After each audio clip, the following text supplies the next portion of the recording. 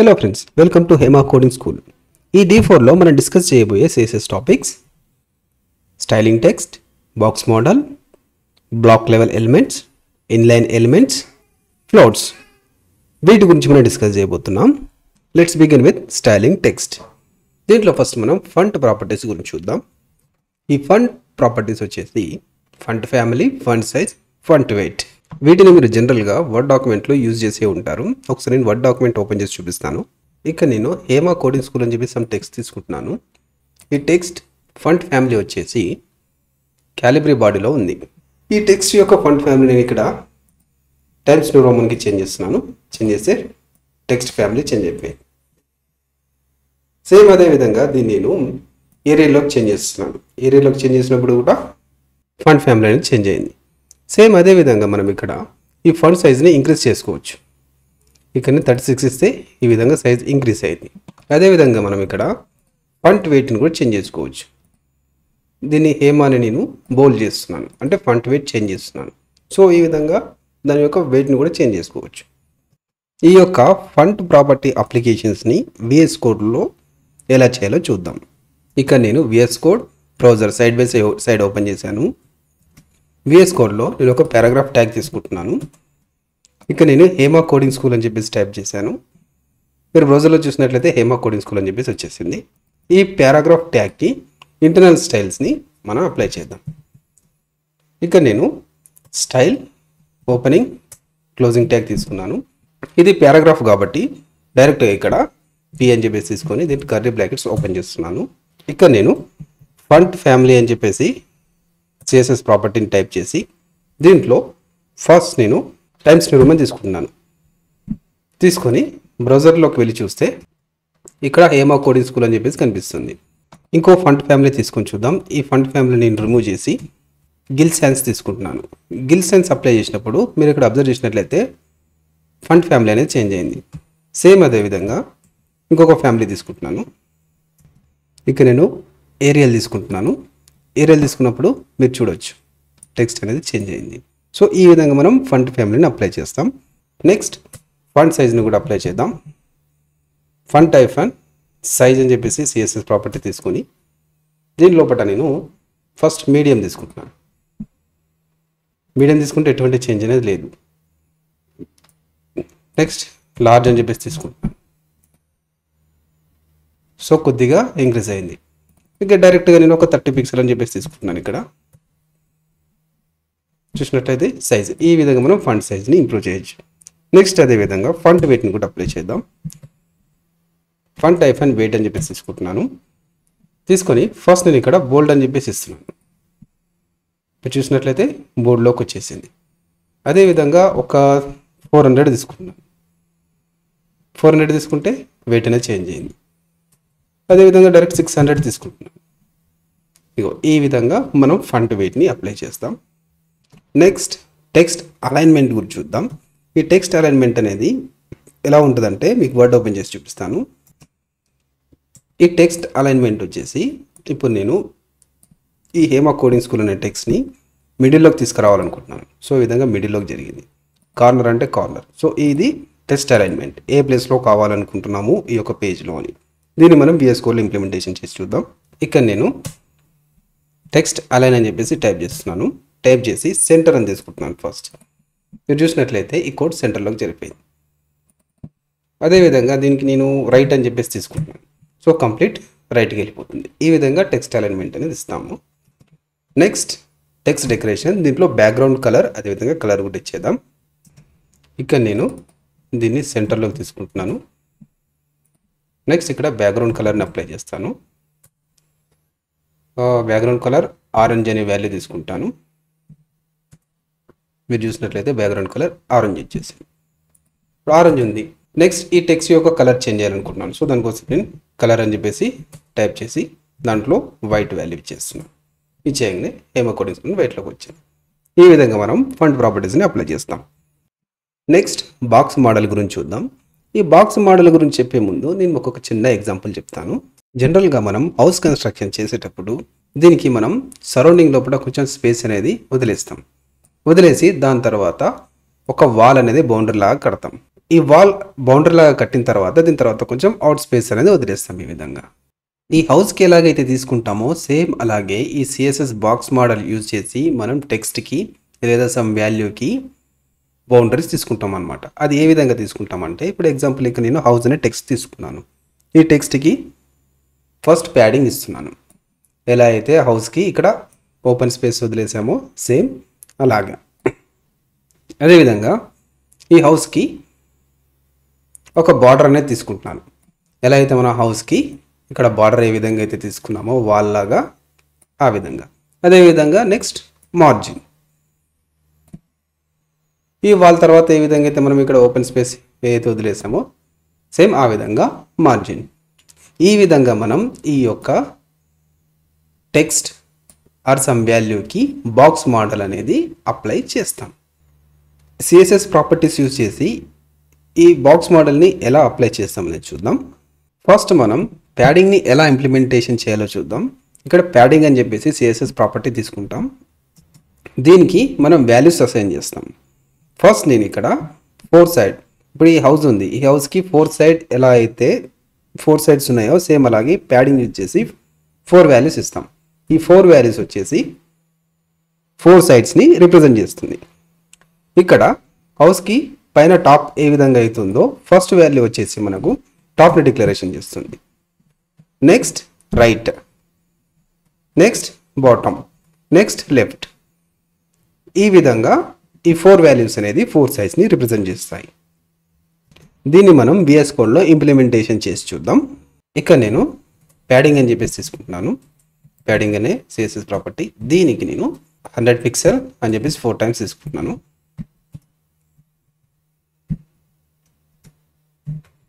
మీరు బ్రౌజర్లో అబ్జర్వ్ చేసినట్టయితే 4 సైడ్స్ 100 పిక్సెల్ అని చెప్పేసి వచ్చేసాయి. సేమ్ అదేవిధంగా ప్యాడింగ్కి ఓన్లీ 1 టైం 100 పిక్సెల్ తీసుకున్నా అది 4 సైడ్స్కి అప్లై అవుతుంది. సో ఆల్ సైడ్కి అప్లై అవుతుంది. ఎలానో బిఎస్ కోడ్ ఇంప్లిమెంటేషన్ చేసి చూద్దాం. ఇక్కడ నేను జస్ట్ 100 పిక్సెల్ తీసుకుంటాను. ఆల్ సైడ్ అప్లై అయిపోతాయి. ఆల్ సైడ్ అప్లికేబుల్ అవుతుంది.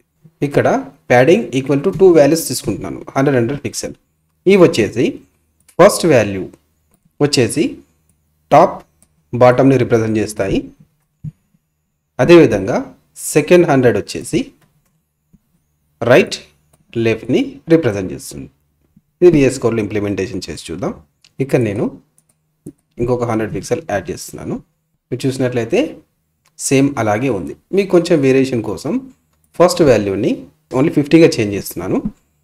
టాప్ బాటమ్ అనేది సైజ్ అనేది తగ్గిపోయింది. ఇంకా క్లారిటీ కోసం జస్ట్ 10 పిక్సెల్ తీసుకుంటున్నాను. మీరు చూడవచ్చు టాప్ బాటమ్ తగ్గిపోయింది, కానీ రైట్ లెఫ్ట్ మాత్రం అలాగే ఉండిపోయాయి. నెక్స్ట్ 200 పిక్సెల్ చేస్తున్నాను. ఇంకా సైజ్ అనేది పెరిగిపోతుంది. మీరు చూడవచ్చు రైట్ లెఫ్ట్ అనేది సైజ్ అనేది పెరిగిపోయింది. సో ఈ విధంగా మనము ప్యాడింగ్ అనేది ఇస్తాము. ఇక్కడ నేను ఈ యొక్క టెక్స్ట్కి ఓన్లీ టాప్లో మాత్రమే ప్యాడింగ్ ఇవ్వాలనుకుంటున్నాను. సో దానికోసం నేను ప్యాడింగ్ టాప్ అని చెప్పేసి తీసుకుంటున్నాను. తీసుకున్న తర్వాత జస్ట్ నేను ఇక్కడ 50 పిక్సెల్ ఇస్తాను. మీరు చూసినట్లయితే టాప్ లోపల స్పేస్ అనేది వచ్చేసింది. సో ఈ విధంగా మీరు ఏ సైడ్ కావాలనుకుంటే ఆ సైడ్కి ఇండివిజువల్గా ప్యాడింగ్ అనేది ఇచ్చుకోవచ్చు. ఇక్కడ మీరు చూసినట్లయితే padding left right bottom right ఈ విధంగా ఏ సైడ్ కావాలంటే ఆ సైడ్కి డైరెక్ట్గా మీరు ప్యాడింగ్ ఇచ్చుకోవచ్చు. నెక్స్ట్ మనం బార్డర్ గురించి చూద్దాం. ఈ బార్డర్ అనేది ఎలా ఇంప్లిమెంట్ చేయాలనేది. ఇక్కడ నేను బార్డర్ అని చెప్పేసి టైప్ చేస్తున్నాను. CSS property. Next 1 pixel solid black అని చెప్పేసి తీసుకుంటున్నాను. మీరు ఇక్కడ చూసినట్లయితే ఈ యొక్క ప్యాడింగ్ స్పేస్ ఏదైతే 50 పిక్సెల్ ఉందో సరౌండింగ్లో దీని తర్వాత మనకి ఎక్కువ బార్డర్ అనేది వచ్చేసింది. ఈ విధంగా చూసినట్లయితే బ్లాక్ లైన్ మీరు అబ్జర్వ్ చేయొచ్చు. దీని యొక్క సైజ్ని ఇంక్రీజ్ చేస్తాను. నేను ఇక్కడ ఎగ్జాంపుల్ 10 పిక్సెల్ తీసుకున్నాను అనుకోండి. చూడండి ఈ విధంగా మనం బార్డర్ అనేది ఇస్తాం. దీంట్లో ఈ బార్డర్ కూడా ఏ సైడ్ కావాలనుకుంటే ఆ సైడ్కి ఇచ్చుకోవచ్చు. ఎగ్జాంపుల్ నేను బాటమ్ లోపల నేను దాని సైజ్ని ఇంక్రీజ్ చేయాలనుకుంటున్నాను. ఎగ్జాంపుల్ దాని కలరే చేంజ్ చేయాలనుకుంటున్నాను. సో దానికోసం నేను 20 పిక్సెల్ సాలిడ్, అదేవిధంగా కలర్ అనేది నేను ఇక్కడ బ్లూ ఇస్తున్నాను. సో ఈ విధంగా మనం బార్డర్స్ని ఇంప్లిమెంటేషన్ చేస్తాం. నెక్స్ట్ ఈ మార్జిన్ గురించి చూద్దాం. ఈ మార్జిన్ కూడా యాజ్ లైక్ సేమ్ ఈ ప్యాడింగ్ ఎలా అయితే ఇంప్లిమెంటేషన్ చేసామో సేమ్ అలాగే దీన్ని కూడా అలా చేస్తాము. సో ఇక్కడ మార్జిన్ సిఎస్ఎస్ ప్రాపర్టీ, దాని తర్వాత 4 వాల్యూస్, ఈచ్ వాల్యూ ఈచ్ సైడ్ని డిసైడ్ చేస్తుంది. సేమ్ అలాగే 1 వాల్యూ ఆల్ సైడ్, 2 వాల్యూస్ వచ్చేసి top bottom right left. So దీన్ని కూడా VS కోడ్లో ఇంప్లిమెంటేషన్ చేసి చూద్దాం. ఇక్కడ నేను మార్జిన్ అని చెప్పేసి సిఎస్ఎస్ ప్రాపర్టీ నేమ్ తీసుకొని దీనికి ఒక 100 పిక్సెల్ అనేది ఇచ్చేస్తాను. చూసినట్లయితే మీరు ఈ విధంగా ఆల్ సైడ్, ఈ బార్డర్కి అవుట్ సైడ్ ఉన్న ఆల్ సైజ్ లోపల 100 పిక్సెల్ని ఇది కవర్ చేసింది. అదేవిధంగా సేమ్ 2 వాల్యూస్ ఇస్తే ఏ విధంగా ఇంప్లిమెంటేషన్ అయితే ప్యాడింగ్లో చేసాం, సేమ్ ఇక్కడ కూడా సేమ్ అలాగే ఇంప్లిమెంట్ అవుతుంది. ఆల్ సైడ్ లోపల ఇంప్లిమెంట్ అయింది టాప్ బాటమ్ రైట్ లెఫ్ట్. ఒక దాని వాల్యూ నేను డిక్రీజ్ చేసి చూస్తాను. ఇక్కడ 0 రిమూవ్ చేసేసిందంటే రైట్ లెఫ్ట్ మాత్రము 10 పిక్సెల్, టాప్ బాటమ్ మాత్రం 100 పిక్సెల్. Same as usual. అదేవిధంగా ఓన్లీ 1 వాల్యూ ఇండికేషన్ చేయాలంటే ఇక్కడ మార్జిన్ హైఫన్ టాప్ అంటే టాప్, లెఫ్ట్ బాటమ్ ఏది కావాలనుకుంటే మీరు సెలెక్ట్ చేసుకోవచ్చు. నేను ఇక్కడ లెఫ్ట్ సెలెక్ట్ చేసుకుంటున్నాను. లెఫ్ట్ సెలెక్ట్ చేసుకొని ఒక 20 పిక్సెల్ నాకు మార్జిన్ కావాలని చెప్పేశాను. సో లెఫ్ట్ సైడ్ లోపల 20 పిక్సెల్ మార్జిన్ వచ్చింది. సో ఈ విధంగా మార్జిన్ ఇంప్లిమెంటేషన్ చేస్తాం. This is about the box model. Box మోడల్ని మనం ఈ విధంగా ఇంప్లిమెంటేషన్ అనేది చేస్తాం. నెక్స్ట్ బ్లాక్ లెవెల్ ఎలిమెంట్స్ గురించి చూద్దాం. దీనికి నేను ఒక చిన్న ఎగ్జాంపుల్ తీసుకుంటున్నాను. మనం స్కూల్లో కానీ యూనివర్సిటీస్లో కానీ చూసినప్పుడు ఏదైనా ఆర్గనైజేషన్ లోపల బిల్డింగ్స్కి సమ్ బ్లాక్ అని చెప్పేసి బ్లాక్ ఏ, బ్లాక్ బి అని చెప్పేసి ఈ విధంగా నేమింగ్ అనేది ఇస్తారు. సేమ్ అలాగే వెబ్సైట్లో మనకు బ్లాక్ లెవెల్ ఎలిమెంట్స్ ఏవైతే ఉంటాయో అవి ఈచ్ ట్యాగ్కి సమ్ బ్లాక్ స్పేస్ని ఆక్యుపై చేస్తాయి. మనం ఆల్రెడీ చాలా ట్యాగ్స్ని ఇంప్లిమెంటేషన్ చేసాము. దాంట్లో ఎగ్జాంపుల్గా చూసుకున్నట్లయితే paragraph tag, H1 tag, form tags ఇలా చాలా ట్యాగ్స్ని ఇంప్లిమెంటేషన్ చేసాము. అలాగే సైమల్టేనియస్గా ఈ డివ్ ట్యాగ్ గురించి ఏందనేది చూద్దాం. దానికంటే ముందు ఈ బ్లాక్ లెవెల్ ఎలా ఉంటుంది అని చెప్పేసి నేను పారాగ్రాఫ్ ట్యాగ్ తీసుకొని VS కోడ్లో ఇంప్లిమెంటేషన్ చేసి మీకు చూపిస్తాను క్లియర్గా. ఇక నేను ఒక పారాగ్రాఫ్ ట్యాగ్ తీసుకొని దాంట్లో welcome to Hema coding school అని చెప్పేసి టెక్స్ట్ ఇచ్చాను. ఇది బ్రౌజర్లో ఎంత స్పేస్ ఆక్యుపై చేస్తుందని తెలుసుకోవడం కోసం దీనికి నేను బ్యాక్గ్రౌండ్ కలర్ ఇచ్చేస్తున్నాను. సో ఆ బ్యాక్గ్రౌండ్ కలర్ ఈ పారాగ్రాఫ్ ట్యాగ్ ఎక్కడ వరకు అయితే ఉంటుందో అక్కడ వరకు అది షో చేస్తుంది. సో దాంతో ఇది ఎంత స్పేస్ ఆక్యుపై చేస్తుందని చెప్పేసి మనకు తెలిసిపోతుంది. సో బ్యాక్గ్రౌండ్ కలర్ బ్లూ అని చెప్పేసి తీసుకుంటున్నాను. బ్రౌజర్ ఓపెన్ చేసి చూద్దాం. సో ఈ విధంగా పారాగ్రాఫ్ ట్యాగ్ అనేది స్పేస్ని ఆక్యుపై చేస్తుంది. బ్లాక్ లెవెల్ ఎలిమెంట్స్ ఈ విధంగా స్పేస్ని ఆక్యుపై చేస్తాయి. అలాగే ఈ డివ్ ట్యాగ్ గురించి కూడా చూద్దాం. ఇక్కడ నేను డివ్ అని చెప్పేసి డివ్ ట్యాగ్ తీసుకుంటున్నాను. Opening and closing. దీంట్లోపట సమ్ టెక్స్ట్ ఇస్తున్నాను.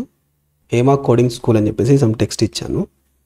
అసలు ఈ డివ్ ట్యాగ్ని మనం ఎందుకు యూజ్ చేస్తామంటే ఏదైనా ఒక కంటైనర్ లోపల ఆ కంటైనర్లో ఉన్న పార్ట్స్ని డివైడ్ చేయడం కోసం, ఒక సెషన్లా డివైడ్ చేయడం కోసం ఈ డివైడ్ ట్యాగ్ని మనం యూజ్ చేస్తాం అనమాట.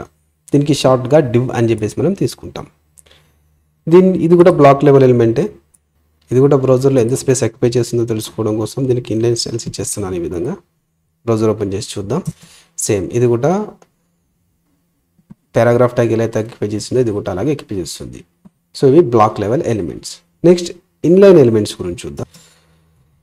ఈ ఇన్లైన్ ఎలిమెంట్స్ ఎగ్జాంపుల్గా మనము span, anchor tag and more ఇవి మనము ఇన్లైన్ ఎలిమెంట్స్గా మనం కన్సిడర్ చేసుకుంటాం. ఇవి ఎలా ఉంటాయంటే ఈ బ్రౌజర్లో చూసినట్లయితే ఇప్పుడు బ్లాక్ లెవెల్ ఎలిమెంట్స్ అనేది కంప్లీట్గా ఈ విడ్త్ని ఆక్యుపై చేశాయి.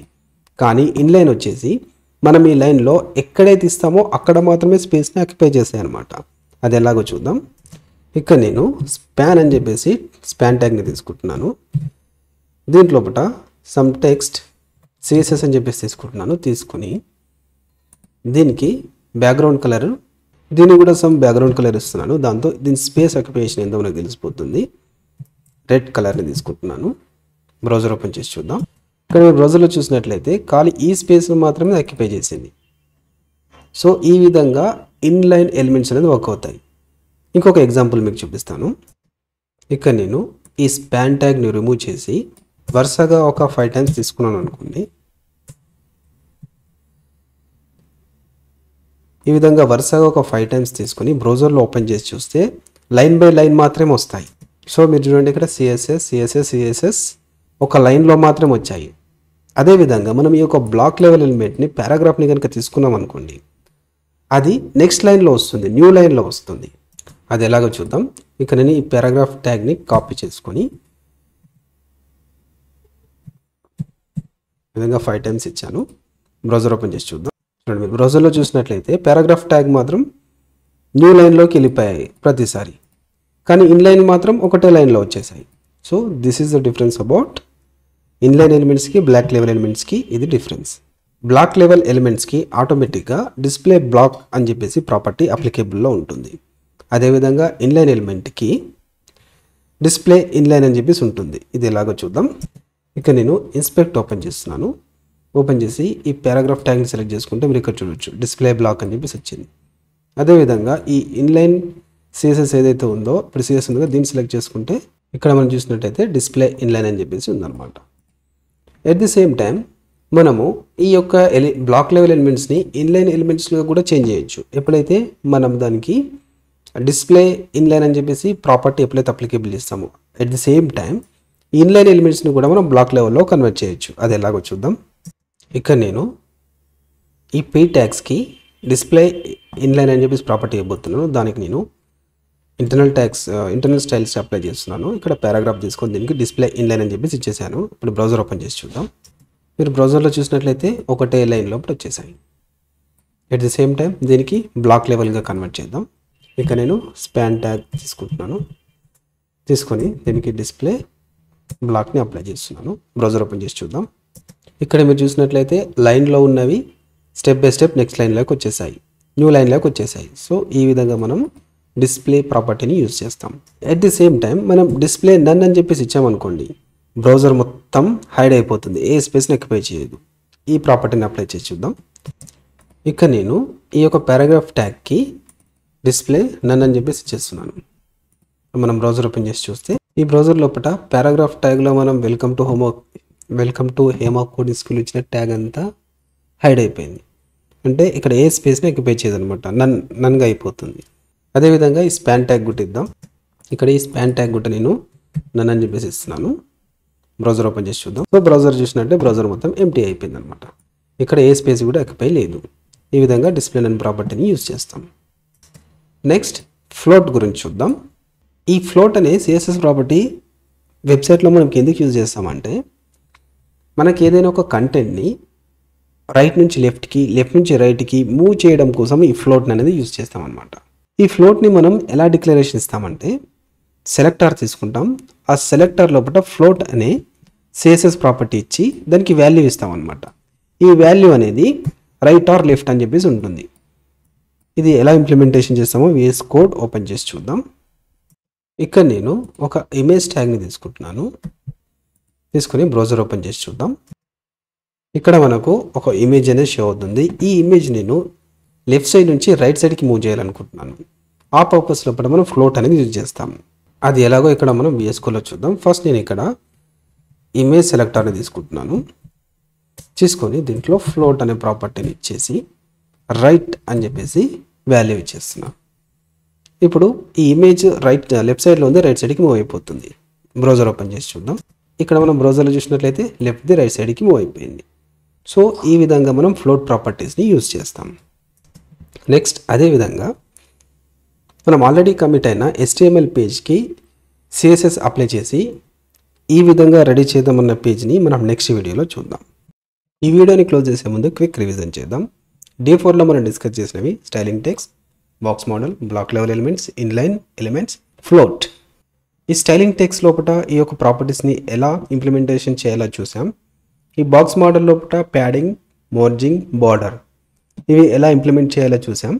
దానికి సంబంధించిన సమ్ కోడ్ కూడా నేను ఇక్కడ ఇచ్చాను. Next block level elements implementation చూసాం, ఇన్లైన్ ఎలిమెంట్స్ ఇంప్లిమెంటేషన్ చూసాం, అలాగే ఫ్లోట్. ఈ మూడుకి సంబంధించిన VS కోడ్ని కూడా నేను ఇక్కడ ప్రొవైడ్ చేశాను. నెక్స్ట్ అదేవిధంగా మీకు నేను ఒక టాస్క్ ఇస్తున్నాను. ఆ టాస్క్ ఏంటంటే, ఈ యొక్క ఆర్టికల్ పేజ్ని మీరు క్రియేట్ చేయాలి. ఈ యొక్క ఆర్టికల్ పేజ్ని మీరు క్రియేట్ చేయాలి. దీంట్లో మీరు ఆర్టికల్ నేమ్ ఏదైనా ఇవ్వచ్చు. ఆర్టికల్ సంబంధించిన సమ్ టెక్స్ట్ ఇక్కడ ఇవ్వండి. ఒక ఇమేజ్ తీసుకోండి, తర్వాత సమ్ టెక్స్ట్ తీసుకోండి, ఒక ఇమేజ్ తీసుకోండి, సమ్ కంక్లూజన్ ఇచ్చేసేయండి.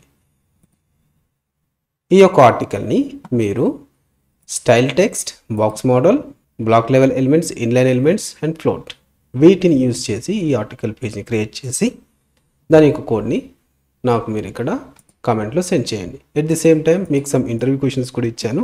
ఇంటర్వ్యూ క్వశ్చన్స్ యొక్క ఆన్సర్స్ కూడా నాకు ఇక్కడ మీరు సెండ్ చేయండి. Now I'm signing off.